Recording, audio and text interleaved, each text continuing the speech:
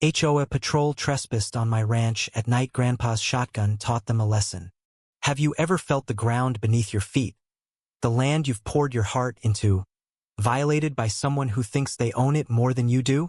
That's exactly what happened to me when the HOA patrol rolled onto my ranch in the dead of night, their flashlights slicing through the darkness like they had every right to be there. My name's Caleb, and this is the story of how a nosy HOA, a rusty old shotgun, and a twist of fate turned a quiet night into a reckoning no one saw coming. I'd bought the ranch a year ago, 40 acres of rolling Texas hills, far enough from the city to hear the coyotes howl but close enough to a sprawling HOA community that I'd already had a few run-ins. The HOA president, Karen Whitmore, was the kind of woman who carried a clipboard like a scepter and treated every blade of grass as her personal kingdom. My property wasn't even part of their jurisdiction. Deeds and surveys proved it, but that didn't stop her from sending patrols to inspect my land, claiming it was for the community's aesthetic. I'd brushed off her letters and glares, figuring she'd tire herself out. I was wrong. It was a moonless night, the kind where the stars burn bright and the air smells of cedar and dust. I was in my barn, tinkering with an old tractor, when I heard the crunch of tires on gravel. My dog, Rusty, perked up, a low growl rumbling in his throat.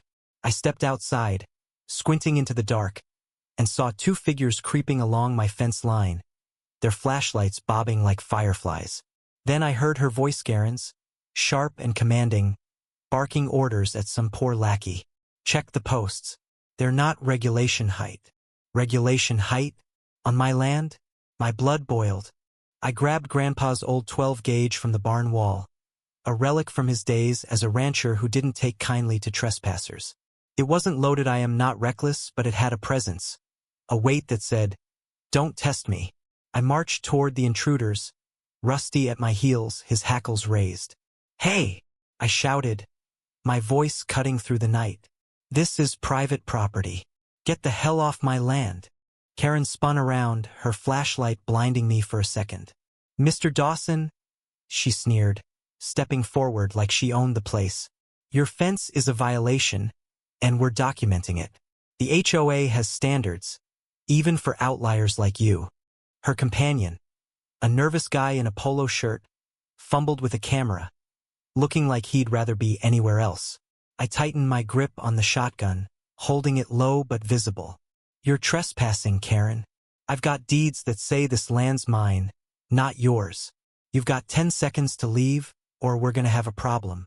Her eyes flicked to the shotgun, and for a split second I saw fear. But Karen wasn't one to back down. "You think you can intimidate me?" she snapped, pulling out her phone. "I'm calling the sheriff. You're threatening us." I laughed, a bitter sound. "Go ahead. Call him. Let's see who's in the wrong here." She dialed, her voice dripping with smugness, as she reported a dangerous man with a gun on community property. I stood my ground, the shotgun still at my side, Rusty growling louder now. Minutes passed, tense and heavy, the only sound the crickets and Karen's muttered complaints. Then, headlights swept across the field, and a sheriff's cruiser rolled up. Out stepped Deputy Clara Martinez, a no-nonsense woman I'd met at the feed store a few times. She took one look at the scene with the shotgun, Karen waving her clipboard, her lackey practically hiding behind her inside. "What's going on here, Caleb?"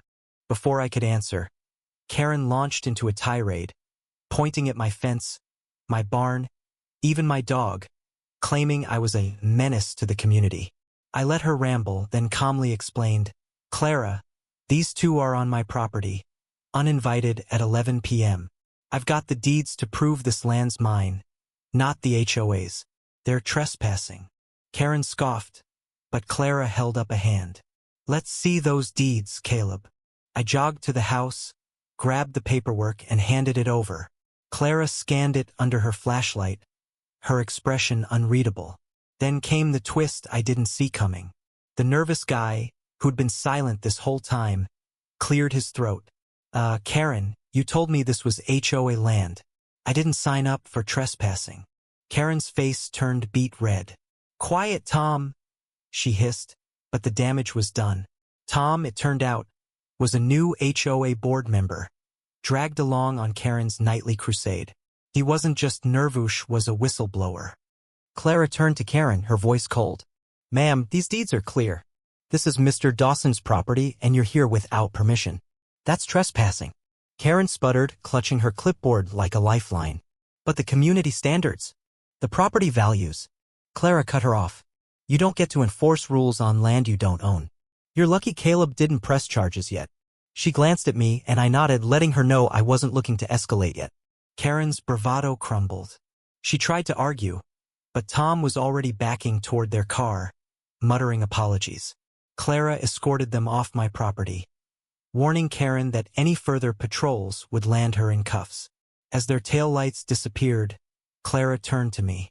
"Caleb, keep that shotgun unloaded, but I don't blame you for standing your ground. Karen's been a pain in my ass for years." I grinned, patting Rusty's head. "Thanks, Clara. Drinks on me next time you're at the Rusty Spur." The next morning, word spread like wildfire. Tom, it turned out, had recorded Karen's rant on his phone and he leaked it to the HOA's private forum. The audio was a goldmine, Karen admitting she'd been inspecting non-HOA properties for months, fudging boundary lines to expand her control. The community exploded. Residents who'd been bullied by her petty fines and threats started sharing their own stories. By noon, a petition was circulating to oust her as HOA president. Karen tried to save face, posting a long apology about misunderstandings and protecting property values, but it was too late.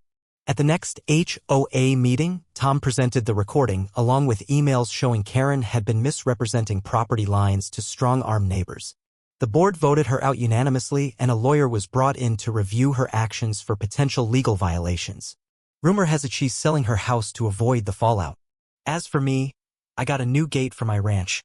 One with a big OL lock and a sign that reads, "Private property. Trespassers will meet Grandpa's shotgun." I haven't seen an HOA patrol since, and Rusty's back to chasing rabbits instead of intruders. The community's quieter now, too, with a new HOA president who actually respects boundaries, literal and figurative. Standing up to Karen wasn't just about protecting my land, it was about reclaiming the peace that comes with knowing your home is yours no matter who tries to claim otherwise. It's a lesson I learned from Grandpa, etched into that old shotgun: hold your ground, but keep your heart steady. Now, I'm curious, what do you think? Was I right to stand my ground with that shotgun, or should I have handled it differently? Share your thoughts below and let's talk about where you draw the line when someone crosses onto your turf.